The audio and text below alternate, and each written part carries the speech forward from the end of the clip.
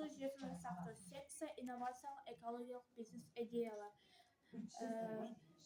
Ғылыми жетекшісі Қайырлы Әділхан Жарасханұлы, оқушысы Мағжанова Жанерке Саматқызы.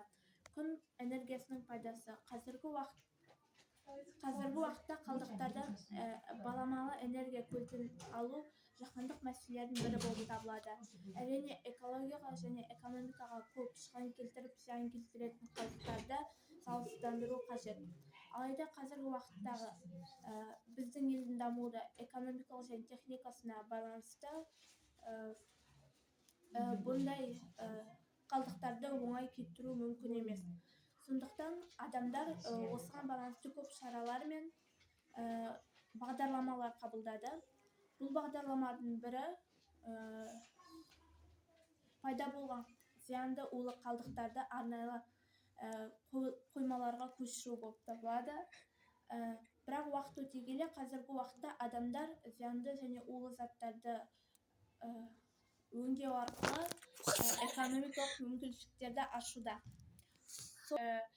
Сол мәселелерге байланысты қазіргі Қазақстанның мақсаты сол зиянды қалдықтарды өңдеу арқылы адам қажеттілігіне жаңа мүмкіндіктер шығару. Күн энергетикасы. Қазіргі уақытта күн энергетикасы тек Қазақстан елі емес, сондай көптеген басқа да мемлекеттерді қамтамасыз етуде. Сол бойынша Қазақстан энергетиканың даму мақсатында көп зерттеулер мен гипотезалар жасалуда. Сол зерттеулердің нәтижесінде арнайы бағдарламалар қабылдануда. Сол бағдарламалардың бірі Қазақстан Республикасы электр энергетикасының дамуы 2010-2014 жылы арналған бағдарлама. Онда сол уақыттағы мәселелердің шешу жолдары, оның пайдасы мен зияны толық айтылып, қолданылуы тиіс шараларға дейін айтылып кетті. Осы арқылы қазіргі уақытта көптеген шаралар қолданылып келеді.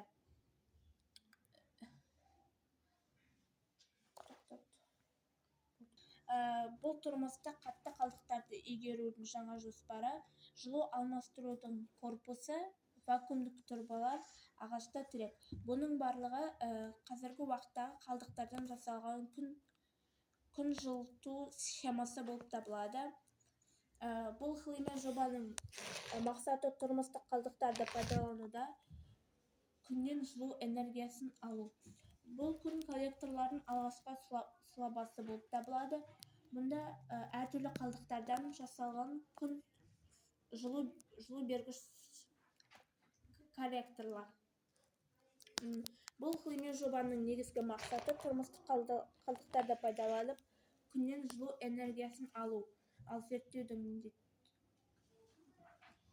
қондырғыны жұмыс істеу принципі бойынша бұл болжамдары болып табылады.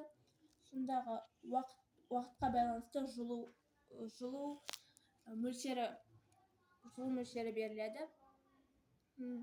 Ғылыми зерттеудің міндеттері әдебиеттермен жұмыс, күн коллекторларының құрылысымен танысу және ең басты мәселе қалдықтардан күн коллекторларын жасау болып табылады. Менің гипотезам бойынша, егер тұрмыстық қалдықтарды арқылы күн коллекторларын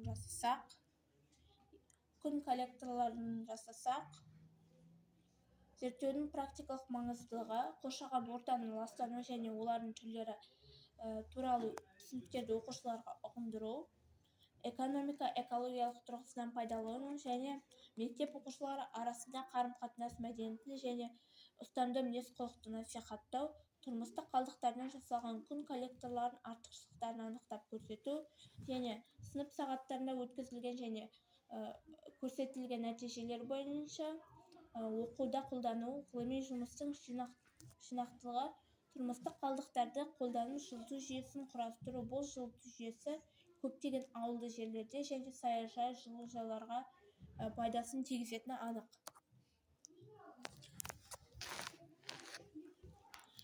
Үйді жылыту. Бұл коллекторлар арқылы үйді жылыту жүйесі күннің энергиясы арқылы үйге жылу береді. Бұл жылу беру көбіне күннің сәулелігіне байланысты және берілген температураға байланысты болып келеді. Қорытынды. Қалдықтар қоршаған ортаны ластайды, оны экология заңы айтпасы да анық. Сондықтан қатты тұрмыстық қалдықтарды жою, қайта өңдеп оны кәдімгі кәдеге жарату елімізде басынан және беріле бастады. Бұған дамыған мемлекеттің озық тәжірибесі үлгі болды. Ғылыми зерттеу жұмысы өзінің оң нәтижесін беру арқылы жылыту жүйесін оңтайлы шешіммен тапты. Күн коллекторлары бөлмені жылыта алады. Бұл өз кезегінде ғылыми жаңалықтарды, энергия көздері экономикалық жағынан шығынды әлдеқайда азайтқандықтан, баламалы энергия көздеріне деген сұраныс арттыру елімізге жылумен қамтамасыз ету жүйесіндегі кететін жылдық шығын, отын және басқа мәселелердің алдын алады. Ұсыныс: мектеп ауласында эко-жәшіктер орнатып,